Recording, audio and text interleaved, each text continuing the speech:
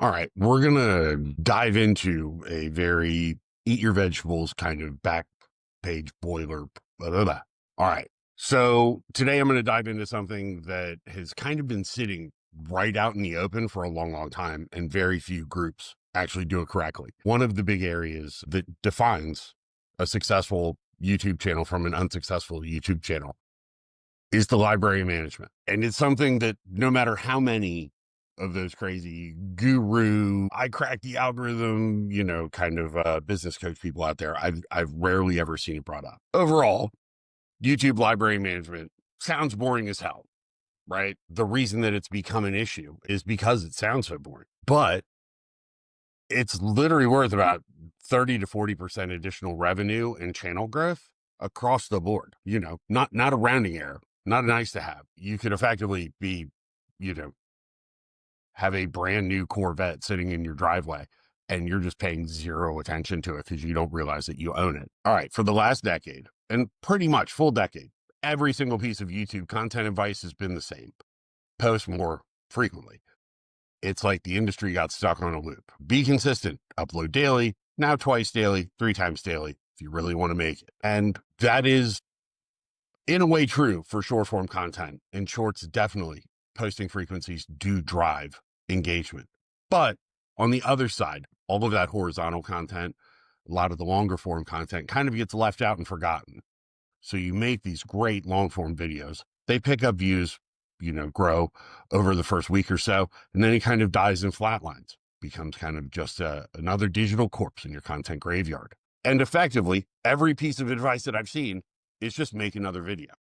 It's kind of the equivalent of telling creators on YouTube the beatings will continue until morale improves. But absolutely nobody is focused on the library management side of things.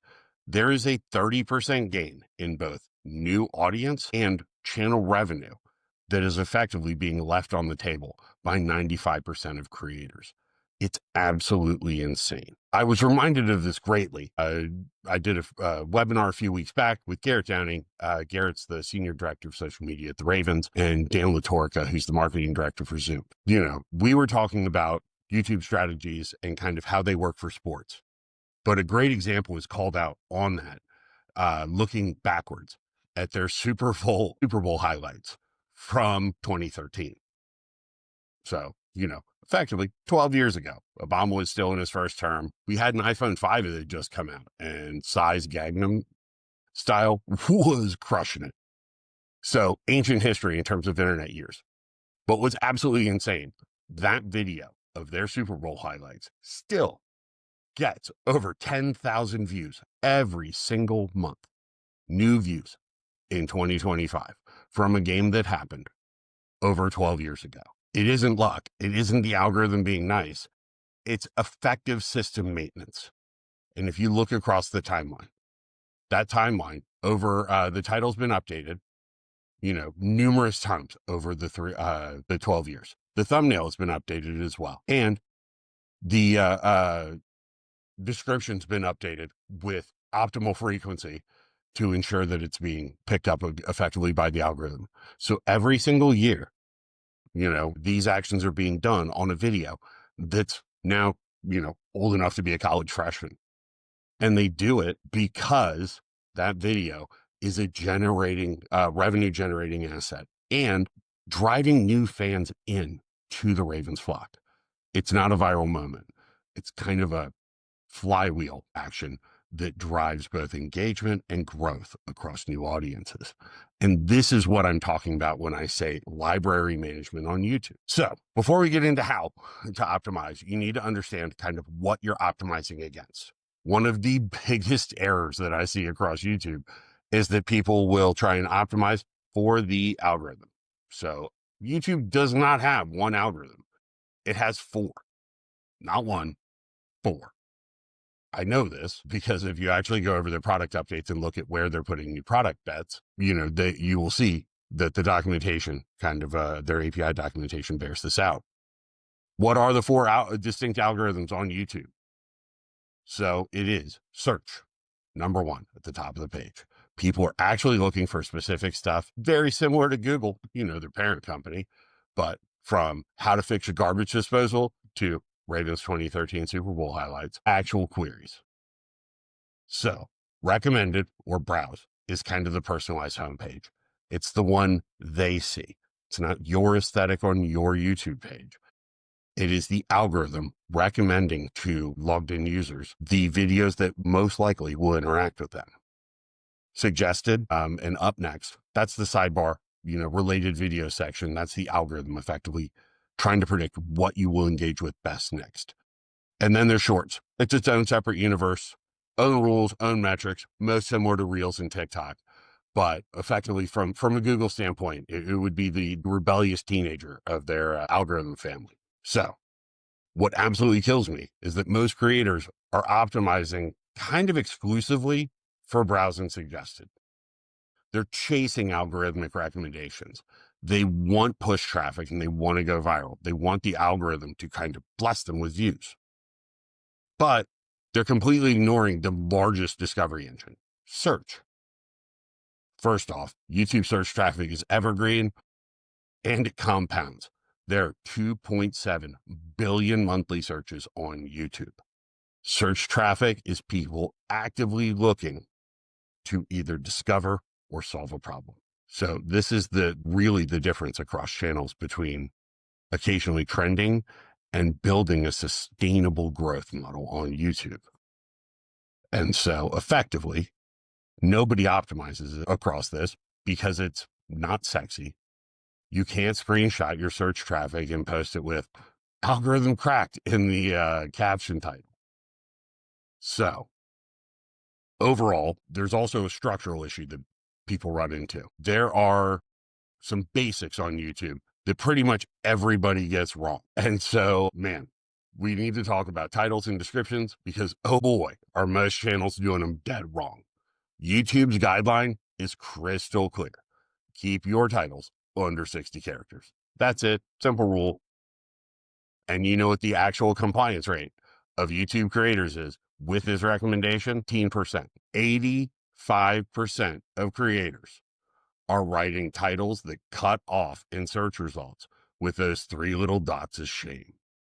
Let me show you what I'm talking about. Hey guys, you won't believe what happened when I tried this insane method for getting more views on YouTube that nobody talks about. Those titles cut off your message mid-sentence. The algorithm can still read the full title, but users only get the first 60 characters. So your most important keywords often end up hiding behind character 61. And so you've really optimized for nobody. And so if you break out a very, very easy, 60 character methodology and update your videos for that, you'll start to see the YouTube algorithm re-index against that new, retest those new video structures, that new title structure. So boring, maybe, but it is complete. The entire message fits in the search results, and effectively with titles, you're building a search result. You're now optimizing for the people who actually will see this and are that core audience. The difference between writing, effectively a YouTube title and a tweet is the response. Writing these in the right way definitely helps. Now, the other side of the coin, descriptions. This is the biggest part. All right. This is it. This is kind of the big one that changes everything. Descriptions, they're not written for people to read at all. They are written for the algorithm to effectively index and serve your content. I understand that a huge amount of what has been kind of spewed across both Reddit and other groups is that I understand that everything you've been taught about content creation says authenticity is the key to it, and that this carries over into your descriptions. Be conversational, engaging, add emojis. You want to make people feel welcome. But that's wonderful advice for the actual content of your video. But the description is effectively just a negotiation between you and a machine that decides when and to whom to show your content. Think of it this way. YouTube's algorithm is super literal. It is a very, very, very literal minded bouncer at a super exclusive nightclub.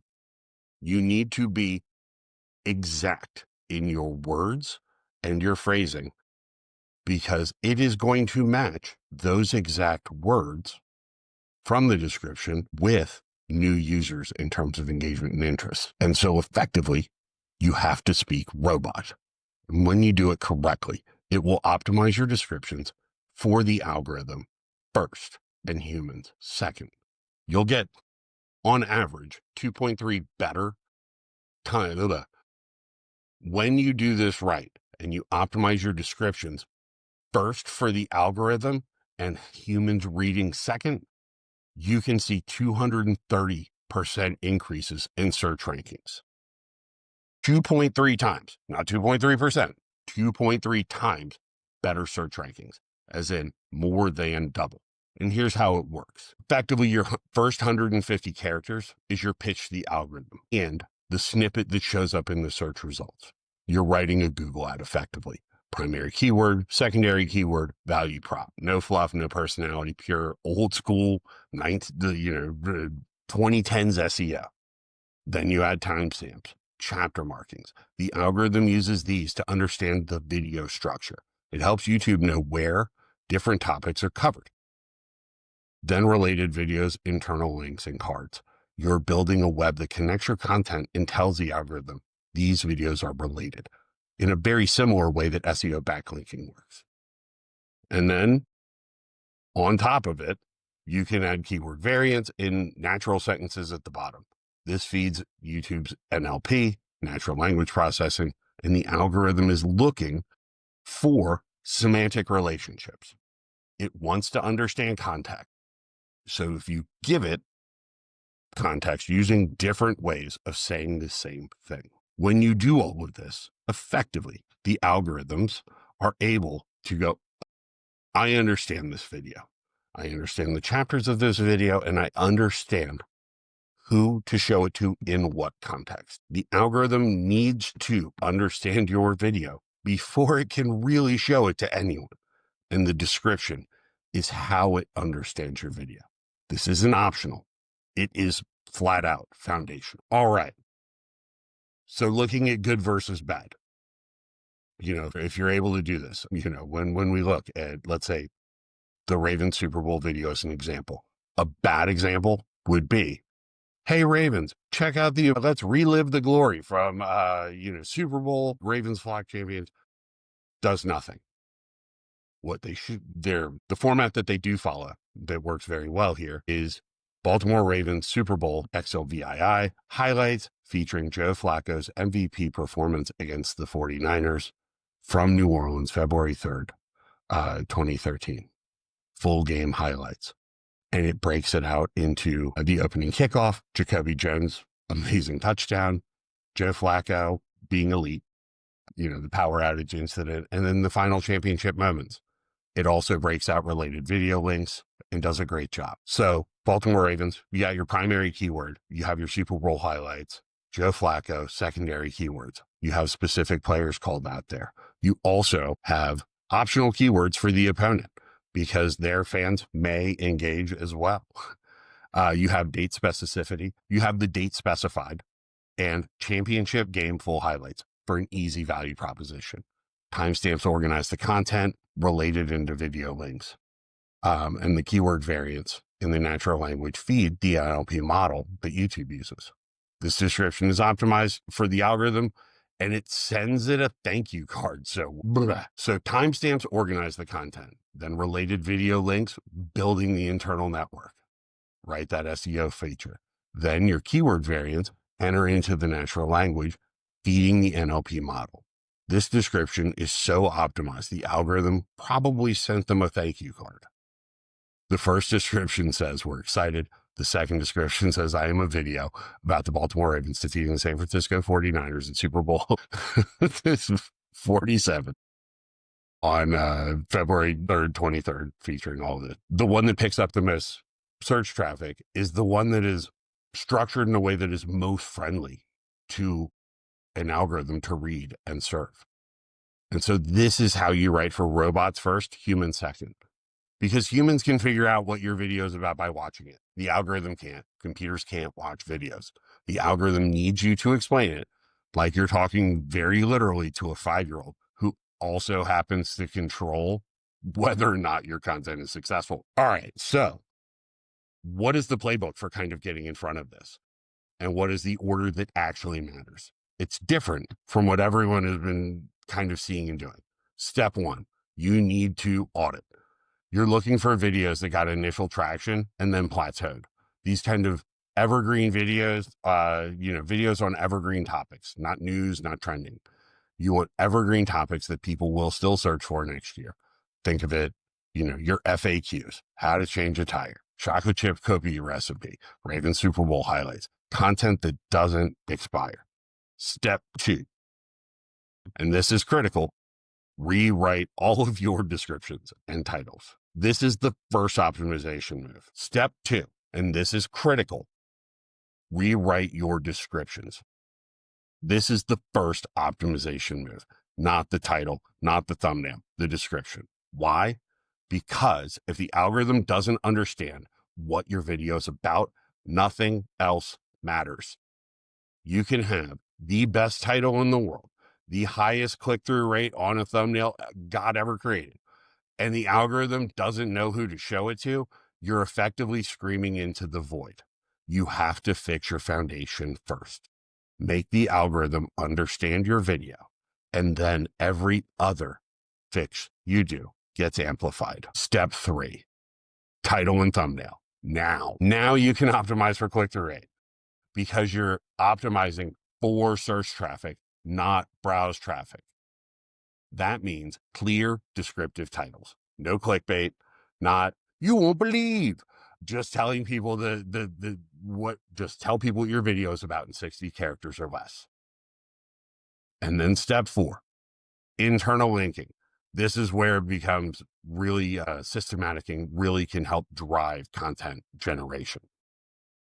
You need to link your videos to other related content, be this cards, playlists. You have to build the web and create a network effect. You need to help give the algorithm as much context as possible. If you think about this playlisting and backlinking, it is effectively what generates domain authority for your YouTube channel.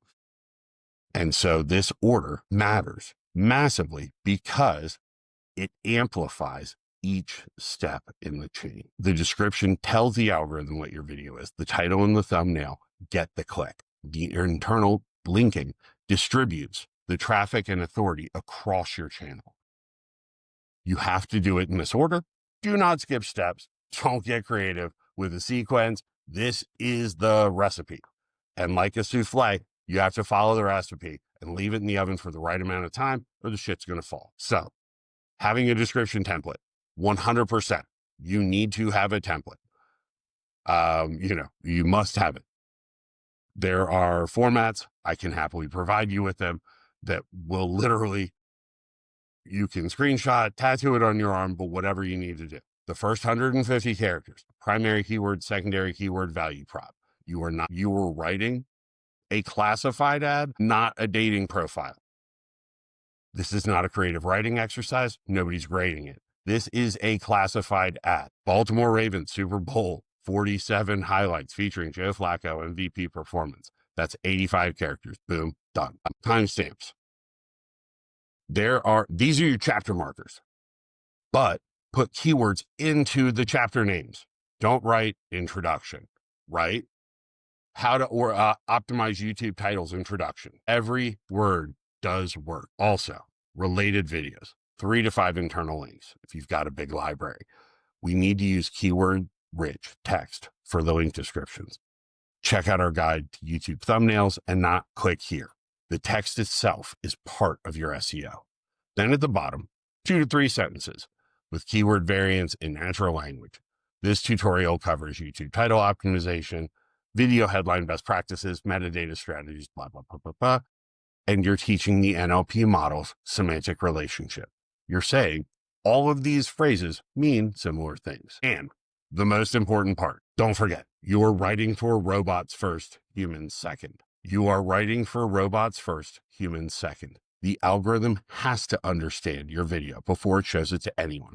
It's not optional. It's how YouTube works. Humans will forgive a boring description if your content is good. The algorithm will not forgive unclear descriptions, no matter how good the content is, because it can't watch it. So you have to optimize for the gatekeeper if you want to reach your full audience. So why does all of this matter so much? Why am I spending so much time making videos about this? Why should you care about all of your old content when you could be out there making fresh content and chasing new trends? Because this is where a huge amount of both money is and channel growth. This is actual, real, and measurable. If you look across YouTube channels, and I analyze a lot of them, I consistently see that channels that optimize their libraries effectively are making 30% more revenue on ads than channels that aren't. And in general, they're seeing 30 to 40% more organic channel growth. So if you put it in perspective, most creators are optimizing to about 60% of their potential because they're working on titles, thumbnails, hooks, packaging, analytics, pricing schedules. All of that matters. That really is the 60 to 70%. But 30 to 40% is that age library that's sitting there collecting dust. It's effectively like finding out that your house has a basement full of money and just sitting on it, and deciding that the attic's where the real value's at. We prefer to work in the backyard because it's just we like it better than the giant stacks of money in the basement. And the beautiful part about this is it all compounds. So when you optimize a video from your library, it doesn't just help that one video. It starts to help all the related videos, and it helps your entire channel. A better search presence improves your channel authority. The algorithm sees you as more relevant in your niche. The other thing that has to be reminded here is Google uses domain authority to decide how much you're paying for ads. So better internal linking, better search presence on YouTube will also drop your paid media costs while raising your relevance for the 4 different algorithms that you're trying to appeal to. This internal linking is super important because it distributes your traffic across the catalog. One video finding its audience leads to viewers for your other videos. The algorithm starts to see this sustained performance over time and goes, oh shit, this channel makes content that people want, even years later. So it gives you accelerated reach on your new content too. So this isn't a one-time boost. It's not a hack. The best way I can describe it is kind of marketing steroids. Following these in the right order and doing these things properly gives you an unfair advantage over everyone who ignores them. And so if you look, you can see the teams that are driving real and sustained growth out of these channels. And the Ravens channel is proving it right now with a 12-year-old highlight video, right? Effectively, what's stopping you from optimizing your back catalog to drive impact for your business? All right. So if we need to break down what we actually need to execute this, because unlike most, a lot of YouTube videos that I see in presentations end with, and then the magic happens. And, ultimately you're going to need real analytics tools, let me break down for you what you're actually going to need to be successful with this. Okay.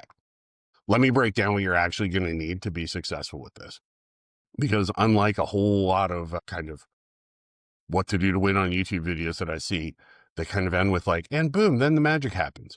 So that's not super useful. I'd rather tell you the actual requirements.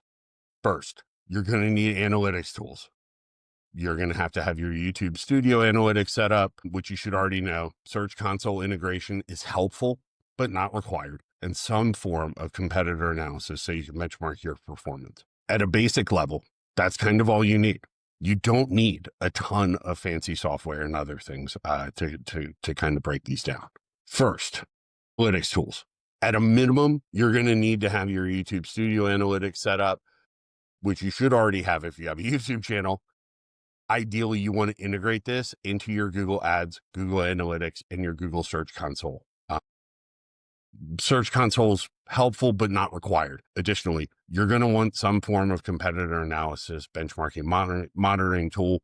My absolute favorite that I've used is Mondo Metrics. Fantastic tool, works very well, and it's incredibly cost effective for what it does. Content requirements. You need to create some sort of visualizations to prove all of this is working, right? That's where Mondo makes that super, super easy. It's able to pull out all of your posts across all platforms and layer them in, makes it really, really good. Getting it set up for your business takes about 4 weeks. It's worthwhile to do. So if I'm looking for, now that I have everything set up, additionally from a library management side, I'm using Buzz My Videos when they're full score product to help there. If you happy, I have a discount code for that if you would like to try it, but it is absolutely the best at scale library management tool that there is out there. So on top of those tools, you need to audit your library, right? We need to dive in and audit our library. We also need to understand our structures and the SEO language that we need to use. And so once we find these top candidate videos, we start rewriting our descriptions, right? This is kind of the heavy lift area. You need to budget time and budget money for it, but it is worthwhile, kind of getting this part done. Phase 3 is then going to be moving on to optimize your titles and thumbnails. This will go faster depending on your tech stack and kind of how you build this out. But overall, once the descriptions are built, this becomes infinitely easier because you kind of already have, that broken down. And then you'll already have the description to kind of aid you on this, and you'll be able to test across it. And then step 4 is building that internal linking network. You want to add links in cards, descriptions, and making sure that all the videos are optimized against it. And then across this comes monthly maintenance. This isn't kind of a set it and forget it. It's not a Ron Cup. You still need to go through and update, your descriptions on, an annual or quarterly basis, depending on what it is. That's kind of the commitment. And that's really where you eke out this 30 to 40% growth that you'll see across, the competitive channels. So you cannot really half this and expect you cannot half-ass this and expect full-ass results. So it needs to be a dedicated effort. So if you recap the numbers, because they're not really theoretical, they're real. A 12-year-old video for the Ravens is still driving, over 10,000 views on average a month. They've updated it numerous times, updated the thumbnail numerous times, the description as well. It's a system. Title optimization. Man, over 80% of creators are getting it wrong. Barely 15% of YouTube videos keep the title under 60 characters. If you're not in that 15%, you're in the 85% that's doing it the wrong way. And 85% are leaving traffic on the table, right? It's not good. Description optimization. 2.3 times better search rankings. It's not a little bit better, right? That is a multiplier of your current SERP average on YouTube. Multiply it by 2.3 and see how many of your competitors you would leap past. When you write for the algorithm first, you more than double your search performance. And the biggest one, adding on library optimization, 30 to 40% additional revenue, not to one video, across your entire catalog. It really is critical to both increasing production costs, right? Everybody's social costs are going up as posting volumes for vertical content continue to increase. We need to maximize the amount of revenue that's supporting those production costs. And so optimizing across YouTube library, adding 30%, 40% additional revenue. And then on top of that, kind of that additional benefit of then also bringing in new users because of discovery actions happening on the platform is absolutely the way to go about it. So these aren't projections.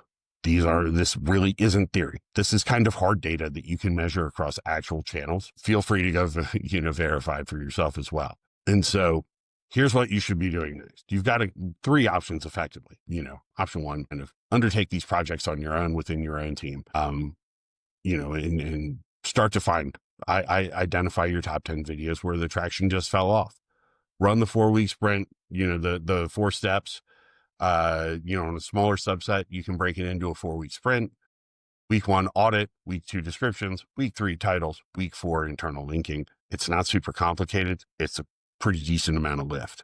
Option 2, effectively, you can call us. We can show you where your money is. We will do a free channel audit for you, look across your library, identify where you can make the most money and most growth out of it, and give you a playbook. No sales pitch. No, here's what you're missing. We'll just take it and let you run for yourself. Or you can hire us to do it for you and manage it on a monthly basis. Full service optimization, monthly maintenance program, performance tracking dashboard. We do all the work. Y'all get all the results. Everybody gets happy. And so effectively, the point is you have to pick one. You can't just nod along and do nothing. That unfortunately is all too often what companies do when they look at this. They kind of look and evaluate. They may not understand or believe kind of the upsides to it, but they move along. You can see this in the difference in channels. One easy comparison to look at is the growth on the La Liga YouTube channel with their aged content versus nearly anything you will see across the Premier League, MLS, or any of the other major soccer leagues. They just don't manage it in such a way that drives new fandom, but also provides context to new fans and provides a huge amount of search benefit for your existing fan base and call back to those moments kind of those pivotal moments in their fandom. So looking at those, study them. You have a ton of videos sitting in this library right now that could be generating revenue and sales for your company, your content, your work, your potential income. And it's kind of just sitting there waiting on optimization. Please pick any of the three options above. Don't pick the fourth option, which is do nothing and kind of hope that the algorithm magically finds this audience for you. It's really not an option. It's just kind of sad. And so start today, not next week, today. Pick three of them, rewrite the descriptions, and hopefully you'll start to see this sort of lift out of it as well. So if anybody has any questions about either the tools or strategies around library management or any of YouTube's 4 algorithms or how to implement this for your channel, please feel free to leave a comment, like, subscribe below. It's the best way to help grow the channel. But thank you very much. We're out.